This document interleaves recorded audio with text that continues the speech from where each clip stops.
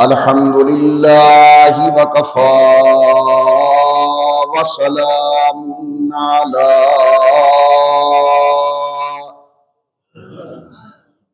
سيد الرسل وخاتم الأنبياء وعلى آله الأتقياء وأصحابه الأصفياء. نشهد أن لا إله إلا الله وحده لا شريك له ونشهد أن محمدا عبده ورسوله. أما بعد، أعوذ بالله من الشيطان الرجيم. بسم الله الرحمن الرحيم. لقد كان لكم في رسول الله أسوة حسنة. قال تعالى في مقام آخر: يا أيها الذين آمنوا أطيعوا الله وأطيعوا الرسول. قال تعالى في مقام آخر: وما أرسلنا من رسول إلا ليطاع بإذن الله. قال النبي صلى الله عليه وسلم: من أحب سنتي فقد أحبني ومن أحبني كان معي في الجنة.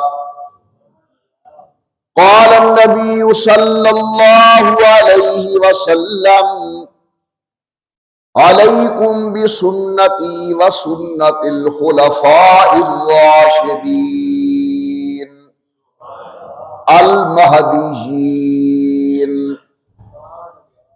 قال النبي صلى الله عليه وسلم: من رغب عن سنتي فليس مني. قال النبي صلى الله عليه وسلم: من أحيا سنتي عند فساد أمتي فله أجر 100 شهيد، أو كما قال النبي صلى الله عليه وسلم. صدق الله العلي العظيم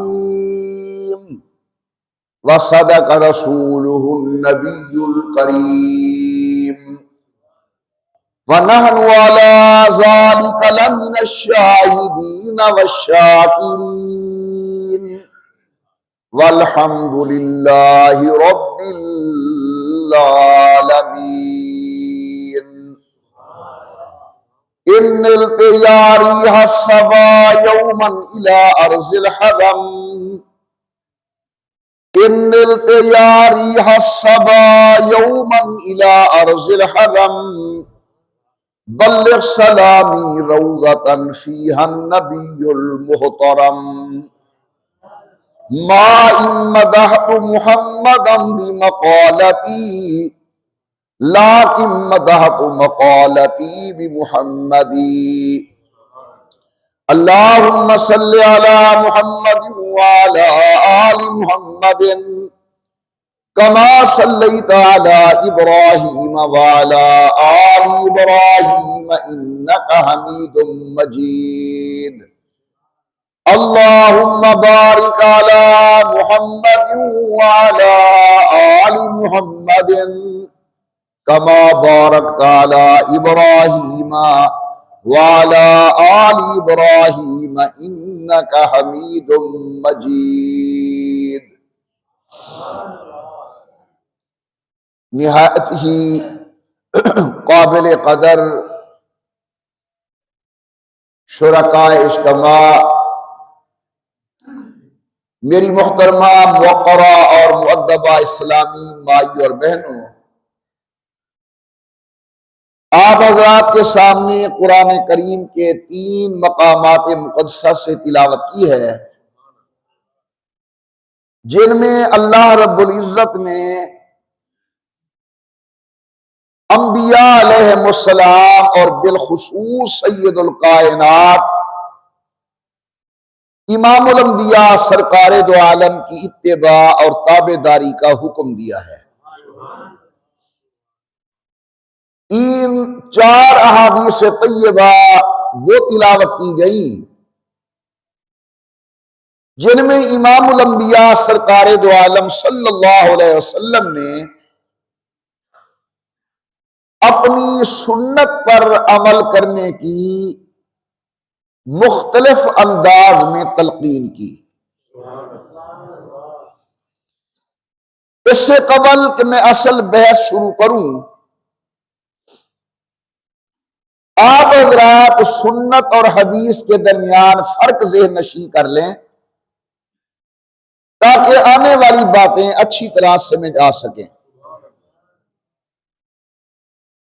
علماء کرام کے نزدیک 23 سالہ دور نبوت کے اندر، یعنی اعلان نبوت سے لے کر انتقال پر ملال تک 23 سالہ دور نبوت کے اندر اللہ کے پیغمبر نے جو کچھ بولا اسے حدیث کہتے ہیں۔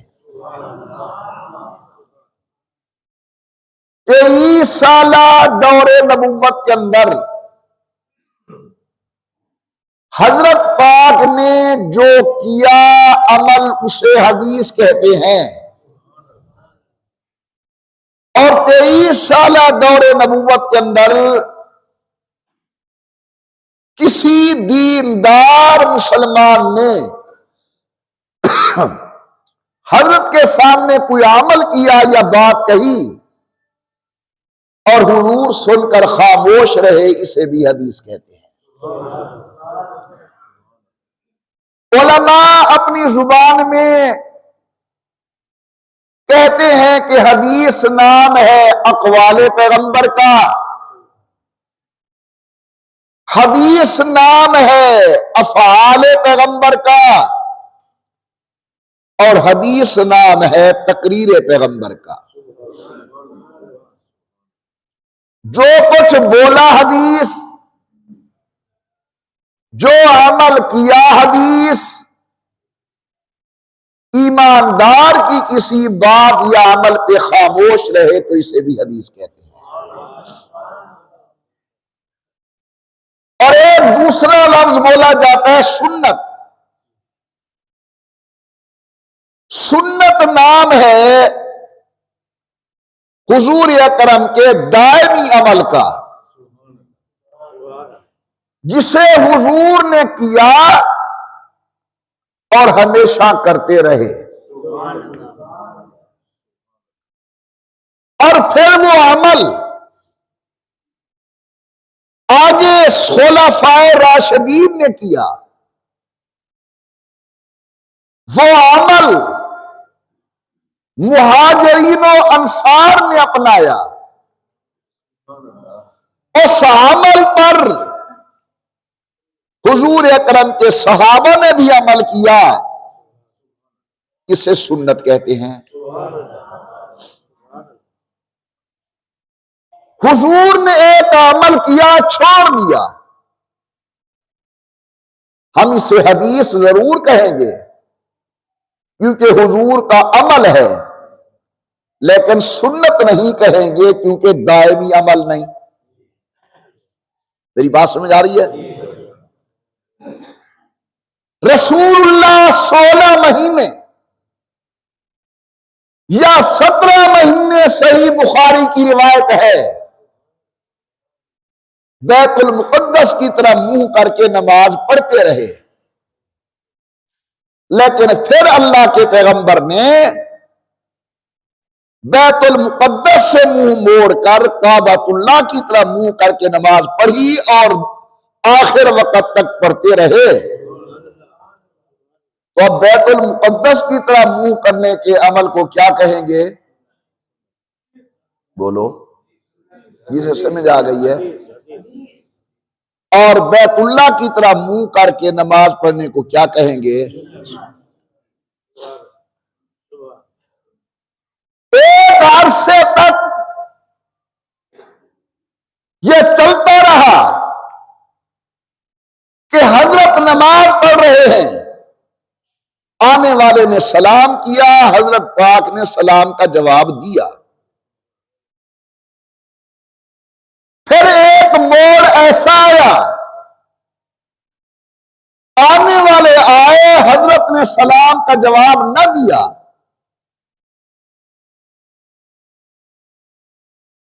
سلام پھیرنے کے بعد فرمایا،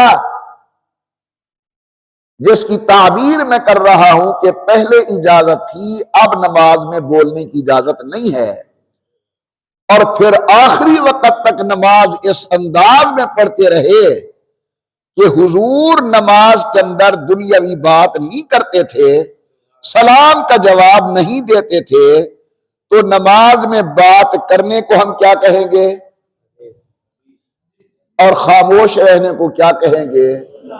تو ان دو مثالوں سے میں سمجھا چکا آپ کو کہ حدیث کسے کہتے ہیں اور سنت کسے کہتے ہیں۔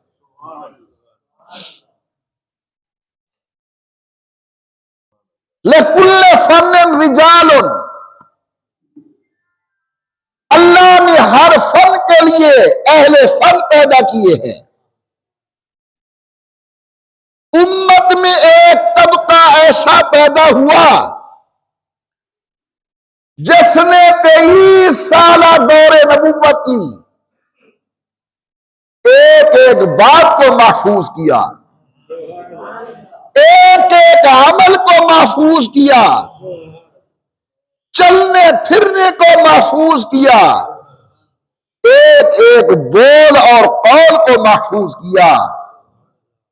اسے محدث کہا جاتا ہے، جن کے سرتاج امام بخاری ہے، جن کے روح رواں امام مسلم ہے، جن میں قابل قدر نام امام ابو داؤد کا ہے، صاحب ترمذی ہیں، نسائی ہیں، ابن ماجہ ہے، دیگر محدث ہے۔ اور ایک طبقہ اللہ نے مجتہدین کا پیدا کیا، جنہوں نے حدیثوں کے اندر غور کر کے یہ تلاش کیا کہ حضور کا ہمیشہ والا عمل کیا ہے، جس پر حضور آخری زندگی تک عمل کرتے رہے، اس کو مجتہد کہتے ہیں۔ تو خلاصہ میری گفتگو کا یہ نکلا کہ اگر حدیث تلاش کرنی ہے، لینی ہے، تو بخاری کے دروازے پر جاؤ، اور اگر سنت معلوم کرنی ہے تو ابو حنیفہ کے دروازے پر جاؤ، وہ بھی ہماری آنکھوں کا نور اور وہ بھی ہمارے آنکھوں کا نور۔ پروردگار عالم نے قرآن کریم کے اندر سید القونین اور دیگر انبیاء کی اتباع کا حکم دیا۔ کسی پیغمبر کو ماننے کا یہ مطلب نہیں کہ میں ان کے نام مبارک کو سن کر ادب سے گردن جھکا لوں، بس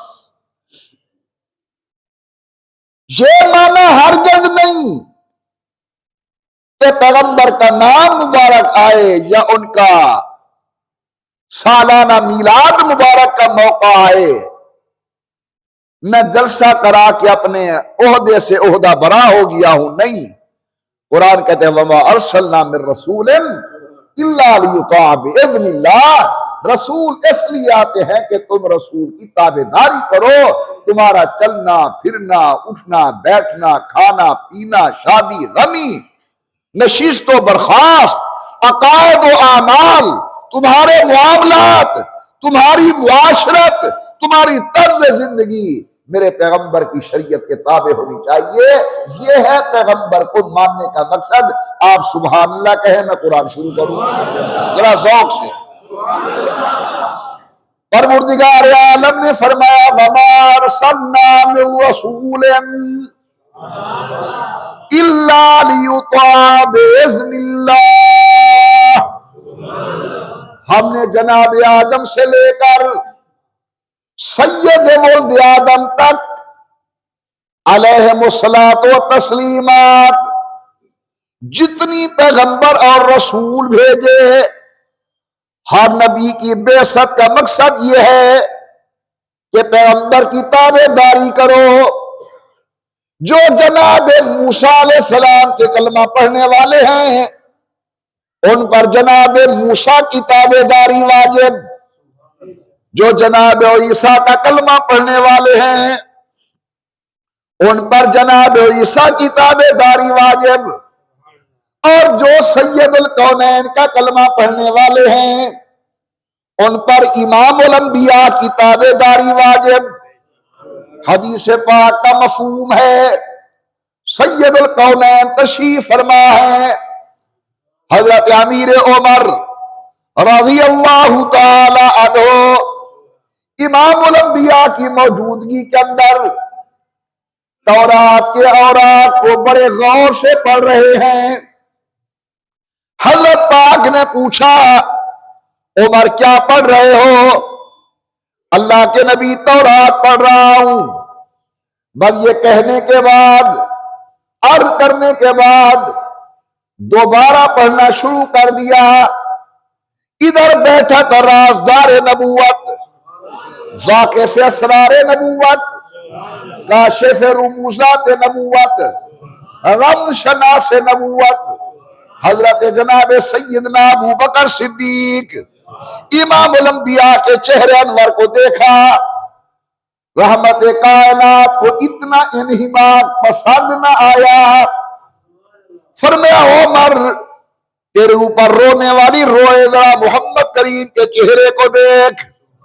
جب حضرت کے چہرے کو دیکھا آثار ناراضگی یا رنجیدگی کے آثار تھے، جلدی جلدی تورات کے اوراق لپیٹ دیے اور کہتے رضیت باللہ ربا وبمحمد نبیا، اللہ میں تیرے رب ہونے پر راضی، تیرے محبوب کے نبی ہونے پر راضی، اسلام کے دین ہونے پر راضی، قرآن کے کتاب ہونے پر راضی۔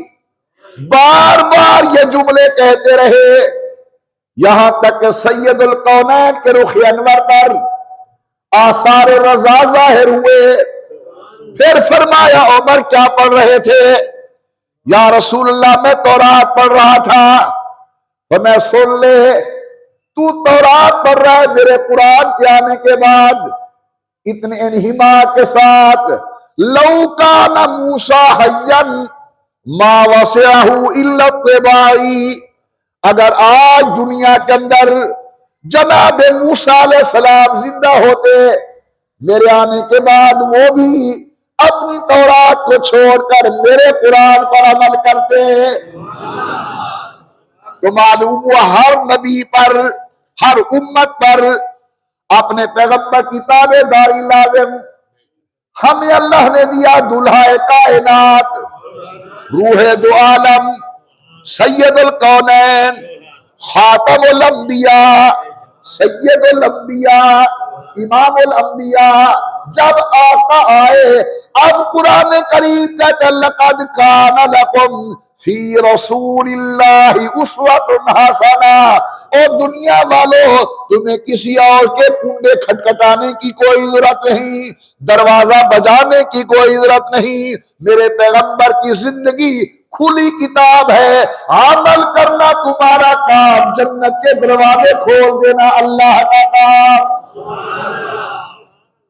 ایک اور مقام پر فرمایا یا ایھا الذین آمنوا، اے ایماندارو اطیعوا اللہ واطیعوا الرسول، تابع داری کرو اللہ کی قرآن پر عمل کر کے، تابع داری کرو رسول کی نبی کے طریقوں پر عمل کر کے۔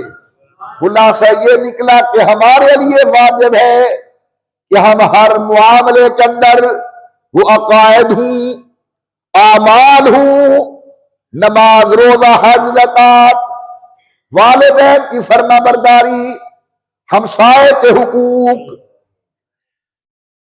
سیاسیات، معاشرت کے معاملات، بیع و شراء کے معاملے، ہم کیوں جائیں کسی کے دروازے پر؟ ہمارے محبوب کی زندگی کے اندر سب کچھ موجود ہے۔ ہمارے لیے حکم یہ ہے کہ ہم امام الانبیاء سرکار دو عالم کی سیرت طیبہ کو اپنائیں۔ اب عمل کس چیز پر کرنا ہے؟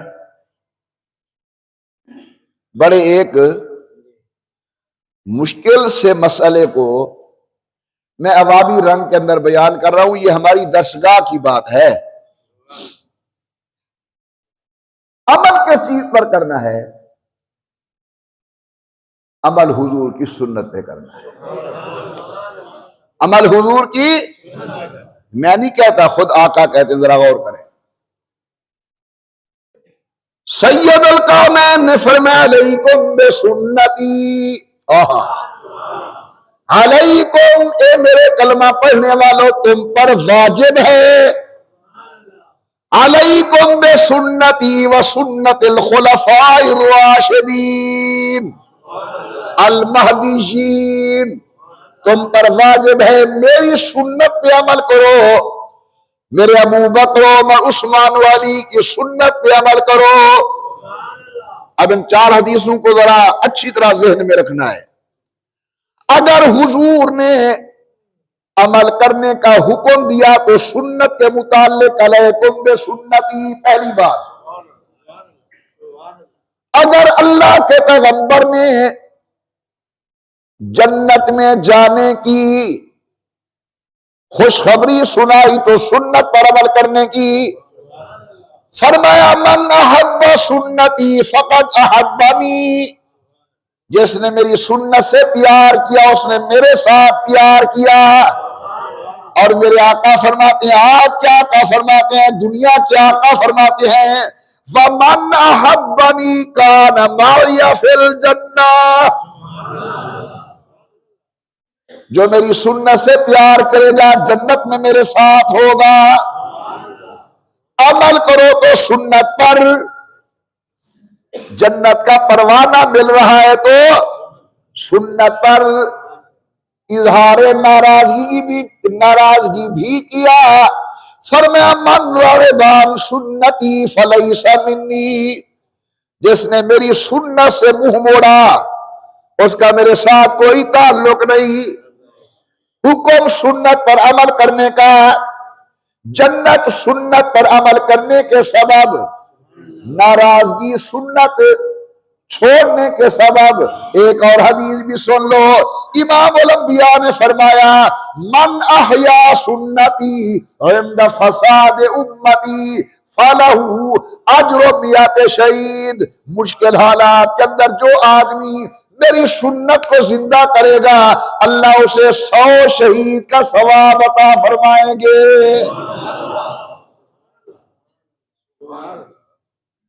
عمل کرو تو بولو بولو اور اونچی آواز سے، عمل کرنا ہے تو جنت ملے گی، تو ناراضگی کا سامنا کرنے پڑے گا تو سنت چھوڑنے پر، اور اگر 100 شہید کا ثواب ملے گا تو سنت پر عمل کرنے کے سبب۔ معلوم ہوا رسول اللہ کی سنتوں پر عمل کرنا بہت اہم معاملہ ہے۔ اور میں پہلے عرض کر چکا ہوں کہ سنت نام ہے حضور کے دائمی عمل کا۔ رسول اللہ نے ایک کام کیا لیکن پھر چھوڑ دیا، حضرت نے کیا اور زندگی بھر کرتے رہے۔ آگے میں ایک لاحقہ بھی لا رہا ہوں حدیث کی روشنی کی وجہ سے، اور وہ کام پھر ابو بکر نے بھی کیا۔ وہ جو کام حضور نے ہمیشہ کیا وہ آگے کام ابو بکر نے بھی، امیر عمر نے بھی، امیر عثمان نے بھی، جناب علی نے بھی، حسنین شریفین نے بھی، مہاجرین و انصار نے بھی، بیعت رضوان والوں نے بھی کیا۔ اس کو سنت کہیں گے۔ اگر حضور پوری زندگی کرتے رہے لیکن آگے صدیق نے نہیں کیا، یہ سنت نہیں ہے۔ گھبرانا نہ، میں سمجھاتا ہوں۔ دیکھیں، حضور نے پوری زندگی 4 بیویوں سے زائد کے ساتھ نکاح کیا۔ جب تک خدیجہ الکبریٰ زندہ رہی اور نکاح نہیں کیا، اس کے بعد حضور کے ازواج مطہرات بڑھتی 9 اور 11 ہو گئی۔ اب آپ میں سے کوئی آدمی کھڑا ہو جائے اور مجھے کہے محمد عمر ہم نے کلمہ تو حضور کا پڑھا ہے، جب حضور نے ایک ٹائم کے اندر 9 بیویاں نکاح میں رکھی ہیں تو میں بھی 9 بیویاں نکاح میں رکھ سکتا ہوں؟ میں کہوں گا نہیں۔ آپ کہیں گے حضرت نے تو کیا ہے، میں اس کا جواب یہ دوں گا کہ حضرت کے مزاج اور شریعت کے مزاج کو سب سے پہلے سمجھنے والا ابو بکر ہے۔ اگر یہ حکم آگے امت کے لیے بھی ہوتا تو ابو بکر عمل کرتے، امیر عمر عمل کرتے، جناب عثمان عمل کرتے، حیدر کرار عمل کرتے، نبی کے شہزادے عمل کرتے، حضور کے رشتہ دار چچا حمزہ و عباس عمل کرتے۔ وہ نہیں کر رہے تو معلوم ہوا یہ حضور کی خاصیت ہے، امت کے لیے یہ حکم نہیں ہے۔ بعض احکامات ایسے ہیں جو صرف میرے آقا کی خاصیت ہے۔ میں سویا، اونگ آ گئی، پہلو کا بل لیٹا ہوا تھا، آنکھ کھلی، وضو صاحب چھٹی، وضو ختم ہو گیا، حضرت سوئے، صحابہ کہتے سمیت خطیتہ او غطیتہ، بخاری کی روایت ہے کہ ہم نے حضور کے میٹھے میٹھے خراٹوں کی آواز سنی۔ یہ خراٹے ہوندے ہیں جو پورے کوٹھے کو چھتے چاتی پہ ہوندے ہیں، اللہ بچاوے۔ خصوصاً حاجیہ عمرے دے موقع تے یہ جہاں صاحب فضل اگر تمہارے کمرے چ آگے اور نظر کرے دی تو جاگ سو۔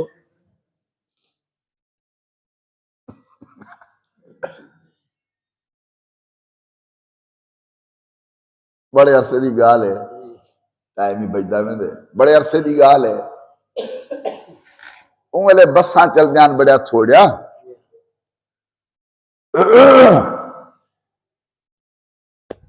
جلال پور پیر والے کو لسا آؤں پہ شجاباد دی طرف رستے دن ایک جگہ ہے گمیں کوٹھی، سارے نانکا گھاری اتھائیے تے ساورا گھر کوئی ہوا ڈا لگ دے، باسج بڑی بھیڑ ہے، رش ہے، بس بندے تھپیج گئے بھئی عورتہ بہتی ون تے جوان کھڑے ونجن۔ ایک سارا قابل قدر پٹھان بھیرا ان کو جاہ ملی اگلی دروازے ویچ، کھڑے کھڑے ان کو شوق پہ بھی ہم چونڈی تا دیوں نسوار کھاؤں، ان جو دبلی کھولی تے سامنے یہ ہوا تے اڑی، سارے مچھلے پہ میں آرام نل کرے، اور سارے کو نک کے جو پئی سارے نچھن پہ یہ آرام نل کھڑے۔ این اگر خراٹے والا کہیں کو مل وجے کمرے ویج سارے بے آرام، اور سوتا پہ نیندرے چوک پتہ ہی گا نہیں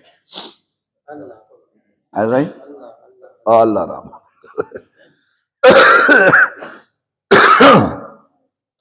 اچھا جی، حضرت پاک یہ زور سے خراٹے نہیں دیتے تھے، گہری نیند کی وجہ سے جو پیارے پیارے خراٹے آتے ہیں نا، میرے آقا آپ کے آقا وہ خراٹے دیتے تھے، یعنی سمیت خطیتہ او غطیتہ، یہ گہری نیند کی وجہ سے حضور اکرم کی آواز مبارک سنی گئی۔ بیدار ہوئے، خدمت اقدس کے اندر پانی پیش کیا، یہ حضرت وضو فرمائے۔ اب دیکھیے حضور کا عمل کیا ہے، نبی کریم نے فرمایا تنام عینا یا ولا ینام قلبی، نبی کی نیند کا اثر، میری نیند کا اثر میری آنکھوں پر ہوتا ہے، میرا دل بیدار رہتا ہے۔ نبی سویا ہوا ہو تو بھی دل کا تعلق اللہ کے ساتھ ہوتا ہے، اور نبی جاگ رہے ہوں تو بھی دل کا کنیکشن اللہ کے ساتھ ہوتا ہے، یعنی نبی کی نیند سے نبی کا وضو نہیں ٹوٹتا، یہ حضور کی خاصیت ہوئی۔ اس پر میں گفتگو کرنے لگوں تو بہت لمبی ہو جائے گی. خلاصۃ الکلام میرا یہ ہے کہ بعض ہوتی ہیں انبیاء کی خصوصیتیں. اب ہمیں کیسے پتا چلے گا کہ یہ کام امت نے بھی کرنا ہے یا نہیں کرنا، یا صرف حضور کی خاصیت ہے؟ یہ ابو بکر کو دیکھنا پڑے گا، امیر عمر کو دیکھنا پڑے گا، امیر عثمان کو دیکھنا پڑے گا، پیارے حیدر قرار کو دیکھنا پڑے گا، مہاجرین و انصار کو دیکھنا پڑے گا. اگر وہ کر رہے ہیں تو معلوم ہوا یہ امت کے لیے ہے، اگر نہیں کر رہے تو معلوم ہوا یہ حضور کی خاصیت ہے، امت کے لیے حکم نہیں ہے. تو سنت کہتے ہیں حضور کے اس عمل کو جو حضور پوری زندگی کرتے رہے، اور اس کے بعد حضور کے صحابہ نے بھی وہ عمل کیا، اہل بیت نے بھی وہ عمل کیا. تو کامیابی حضور کی سنت میں ہے.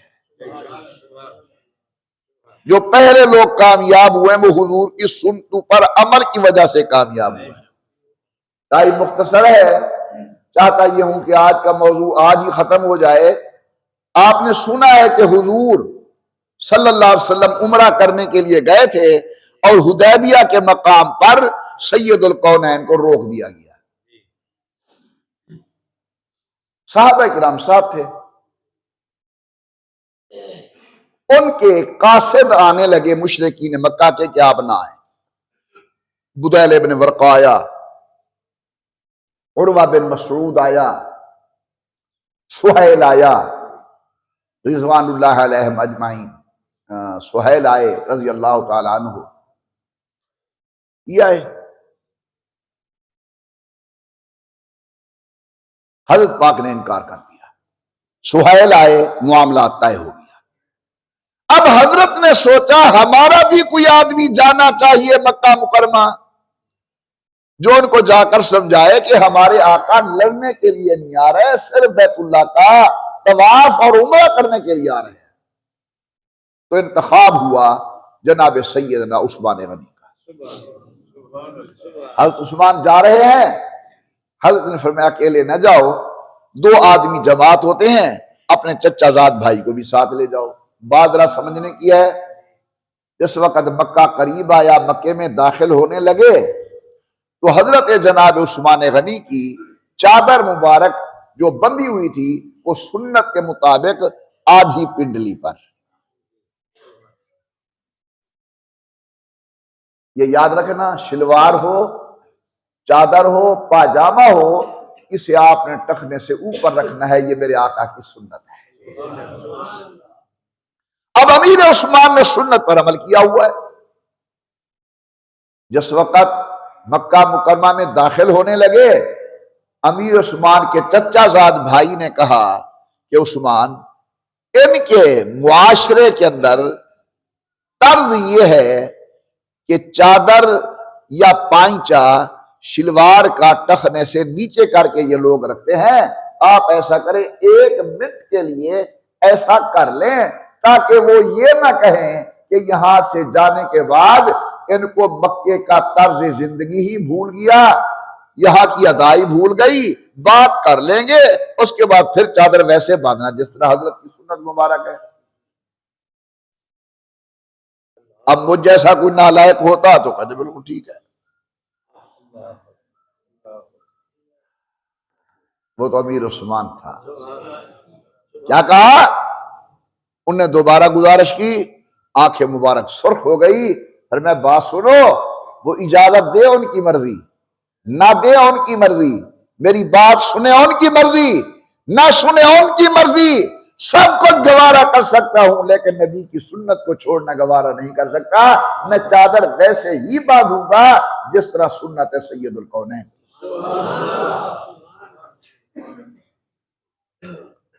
رسول اللہ کے 2 صحابی جا رہے ہیں فارس، حذیفہ بن یمان، ربیعی بن عامر. فارس پہنچے. فارس کے بادشاہ کو کسرا کہا جاتا ہے. دروازے پر دربان تھا، اسے بتایا کہ ہم سید الکونین والی مدینہ کے قاصد ہیں، بادشاہ کو ملنا چاہتے ہیں. اس نے کہا ملاقات تو ہو جاتی ہے، ہو جائے گی، لیکن ذرا یہ کپڑے بدل لو. انہیں فقیر ہیں کہ سارے کو بے کپڑے ہیں یہ ہے. یاد رکھو ان سے کچھ نہیں بنتا، اندر کچھ ہونا چاہیے. حسن صورت چند روزہ، حسن سیرت مستقل. ارے اس سے خوش ہوتی ہے آنکھیں، اس سے خوش ہوتا ہے دل. انہوں نے کہا ہمارے پاس اور کپڑے نہیں ہیں. اس نے کہا ملاقات نہیں ہو سکتی. ان نے کہا ملیں گے اسی کپڑوں میں. اس نے پھر ایک تدبیر نکالی کہ ایسا کرو کہ ہم تمہیں اپنے جبے دے دیتے ہیں، وہ تم اوپر سے پہن لو، یہ تمہارے میلے کپڑے چھپ جائیں گے. بادشاہ سے ملاقات کر لو، جب ملاقات ہو جائے گی تو ہم اپنے جبے واپس کر لیں گے. انہوں نے کہا کہ ہمارے آقا نے ہمیں دو رنگی سکھائی نہیں، دو رنگی چھوڑ دے، یک رنگ ہو جا. ہمیں دو رنگی حضرت نے سکھائی، ملیں گے اسی کپڑوں کے ساتھ. اس نے کہا کوئی اجازت نہیں ہے، میں جلدی کر رہا ہوں. بالکل اجازت نہیں ہے ملنے کی. میلے کپڑوں کے اندر ہمارے شہنشاہ کو ملنے میں شہنشاہ کی توہین ہوتی ہے.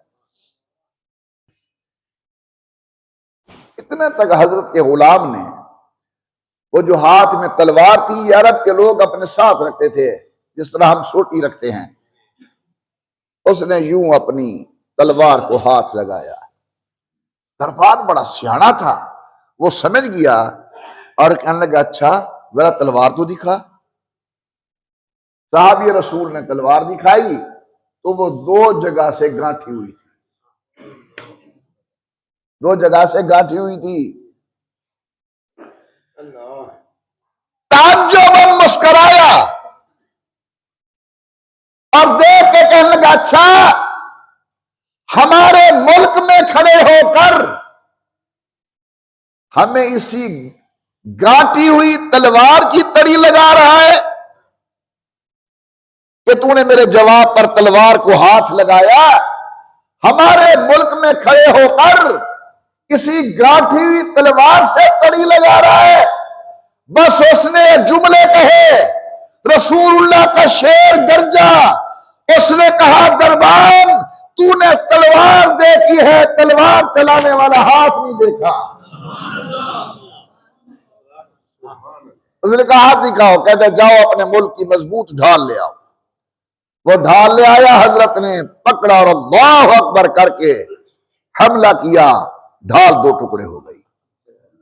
اب یہ دربان جاتا ہے شہنشاہ کے پاس اور کہتے ہیں چند فقیر ہیں، کپڑے میلے ہیں، ہاتھ میں گانٹھی ہوئی تلوار ہے. جرت کا یہ عالم ہے کہ ہماری مضبوط سے مضبوط ڈھال کو دو ٹکڑے کر دیا. وہ آپ سے ملنا چاہتے ہیں. اس نے کہا لے آؤ. اب جس کے لیے میں نے سارا موضوع بیان کیا ہے وہ سمجھنے کی بات اب ہے.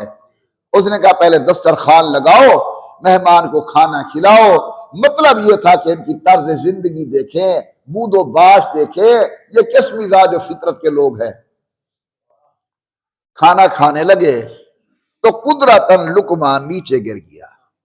سنت یہ ہے کہ اگر جگہ پاک ہو لقمہ گر جائے تو اسے اٹھا کر کھاؤ. حضرت حذیفہ بن یمان نے وہ لقمہ اٹھا کر کھانا چاہا تو ساتھ بیٹھے ہوئے آدمی نے کوہنی ماری. اس نے کہا دیکھو بادشاہ دیکھ رہا ہے، ان کے عمال دیکھ رہے ہیں، ان کے معاشرے کے اندر، تہذیب کے اندر گرا ہوا لقمہ اٹھا کر کھانا بری بات ہے. کھانا اور بھی ہے وہ کھا لو. اب سنیے وہ جملہ، اپنے ایمان کو جلا بخشیے اور عمل کرنے کی کوشش کیجئے.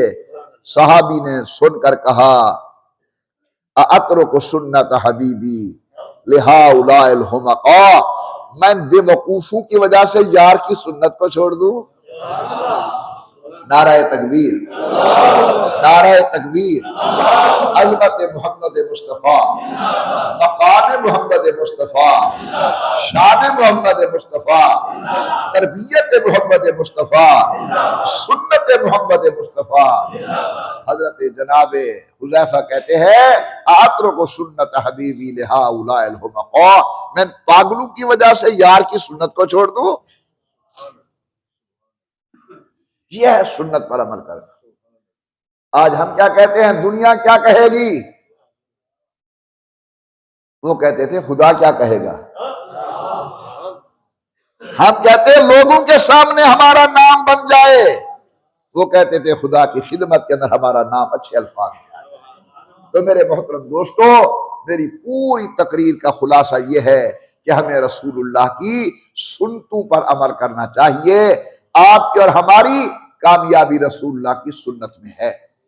آخری دعا، اور وہ دعا ہے مجدد الف ثانی حضرت شیخ سرہندی رحمت اللہ علیہ کی۔ وہ فرماتے جو میری اس دعا پر آمین کہے گا، مجھے امید ہے کہ اللہ اس کی مغفرت فرمائے گا۔ حضرت شیخ سرہندی فرماتے ہیں جو شخص میری اس دعا پر آمین کہے گا، مجھے امید ہے کہ اللہ اس کی مغفرت فرمائیں گے۔ میں وہ کلمات کہتا ہوں، میں بھی آمین کہوں گا، آپ بھی آمین کہیں گے۔ ہو سکتا ہے کشتی کنارے لگ جائے۔ حضرت نے پہلا جملہ فرمایا کہ اللہ ہمیں حضور کی سنتوں پر عمل کرنے والا بنا۔ آمین۔ نمبر 2، اللہ ہمارے دل میں حضور اکرم کی سنت کی محبت پیدا فرما۔ آمین۔ اور تیسرا فرمایا اللہ ہمارا خاتمہ حضور اکرم کی سنت طیبہ پر فرما۔ بولو آمین۔ فرمایا جو آدمی ان 3 دعاؤں پر آمین کہے گا، امید ہے اللہ تعالیٰ اس کی مغفرت فرمائیں گے۔ اللہ مجھے بھی، آپ کو بھی، حضور کی پوری امت کو اس پر عمل کرنے کی توفیق عطا فرمائے۔ اللہ وطن عزیز پاکستان کی ہر اعتبار سے حفاظت فرمائے، داخلی خارجی فتنوں سے محفوظ فرمائے۔ اللہ وطن کو امن، سلامتی، استحکام نصیب فرمائے۔ اللہ افواج پاکستان، تمام سیکورٹی اداروں کی نیک اعمال کو اپنی بارگاہ کے اندر منظور و مقبول فرمائے۔ ایک اعلان سن لیں، 26 نومبر بروز بدھ بوقت 12 بجے تا نماز عصر، جامعہ خیر المعارف، یہ تبلیغی مرکز کوٹ اندو کے قریب ہے، یہاں پر ایک تقریب سعید منعقد ہو رہی ہے بچوں کی دستار بندی کے سلسلے کے اندر، جن میں دیگر حضرات بھی ہوں گے، اور خصوصی شرکت عالمی ایوارڈ یافتہ شاعر و نعت خواں جناب مفتی انس یونس صاحب تشریف لا رہے ہیں۔ تمام احباب سے شرکت کی دعوت ہے۔ 12 نومبر بروز بدھ بوقت 12 بجے تا نماز عصر۔ اور